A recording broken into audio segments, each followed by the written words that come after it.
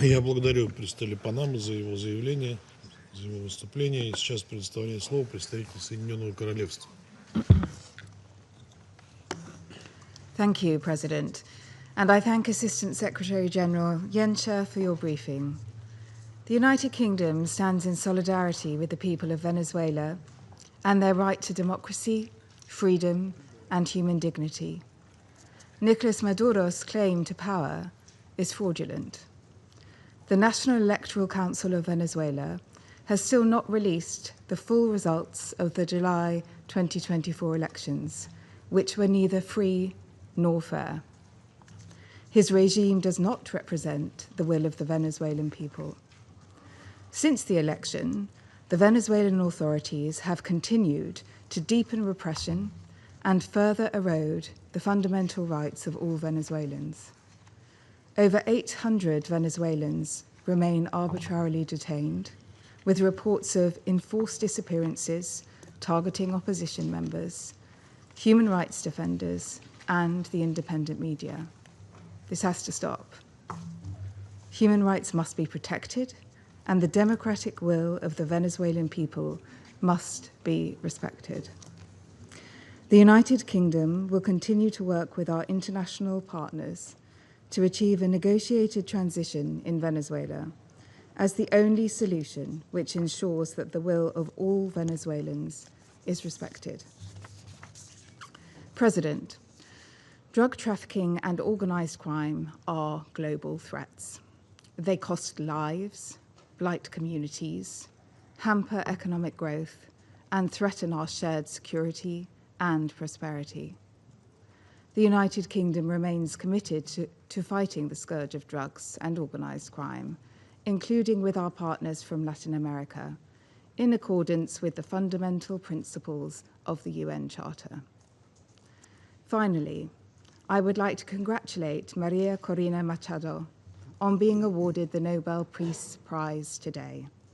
She is an inspiring individual who has been unwavering in her fight for democracy, human rights, and the rule of law in Venezuela. Thank you. Я благодарю представителя Соединенного Королевства и сейчас предоставляю слово представителю Алжира. Mr. President, at the outset, I would like to thank you for convening this urgent meeting to consider the situation brought to our attention by the Bolivarian Republic of Venezuela. I would also like to welcome the presence of the permanent representative of Venezuela to the meeting. And I wish to thank Mr. Miroslav Yoncha, Assistant Secretary General for Europe, Central Asia, and the Americas, for his insightful briefing. President, Algeria follows these recent developments with concern and wishes to emphasize the importance of avoiding any escalation that could threaten regional peace and security. The United Nations Charter sets out the principles that form the foundation of peaceful coexistence among nations, and to develop friendly relations among nations, based on respect for the principle of equal rights of peoples, sovereign equality, non-interference in the internal affairs of state, territorial integrity, and the peaceful settlement of disputes. These are not abstract ideals, but binding commitments that guide our collective responsibility to preserve international peace and security. In this spirit, Algeria calls on all parties to exercise maximum restraint and to avoid any action or rhetoric that could further aggravate the situation. Dialogue and diplomacy.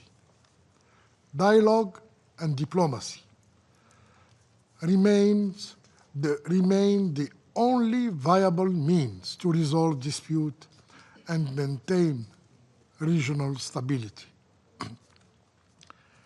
In the particular context of recent development in the region, we recall the importance of preserving Latin America and the Caribbean region as a zone of peace, as proclaimed by the region's leader, a commitment that must continue to guide relations among its states.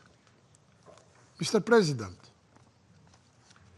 Algeria, who have experienced firsthand a bitter fight against cross-border drug trafficking and organized crime, believes that the resolute fight against this scourge is a shared responsibility, a shared effort of the entire international community. No nation can face it alone. It must be addressed through international cooperation, rooted in mutual respect, sovereignty, and solidarity.